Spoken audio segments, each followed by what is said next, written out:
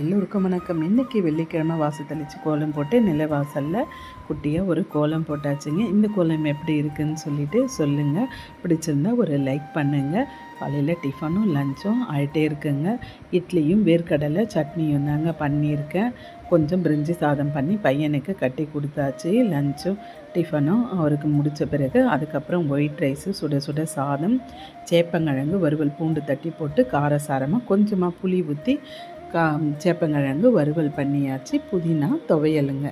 கொஞ்சம் நம்ம வீட்டில் முருங்கைக்காய் காய்ச்சிருந்தா அந்த முருங்கைக்காய் வச்சு தான் சாம்பார் பண்ண நல்லா மணமாக டேஸ்ட்டாக இருந்துச்சுங்க. சாம்பாரும் நல்ல ருசியாக இருந்தது. முருங்கைக்காய் சாம்பார்.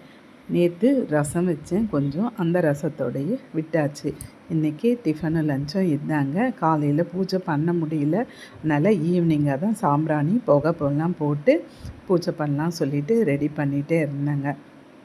பண்ணி முடித்த உடனே ஈவினிங்காக உட்காந்து அபிராமி அந்தாதியை படித்து முடித்தேங்க. அது படித்து முடித்த பிறகு தான் நமக்கு மனசுக்கே கொஞ்சம் நிறைவாக இருக்குங்க.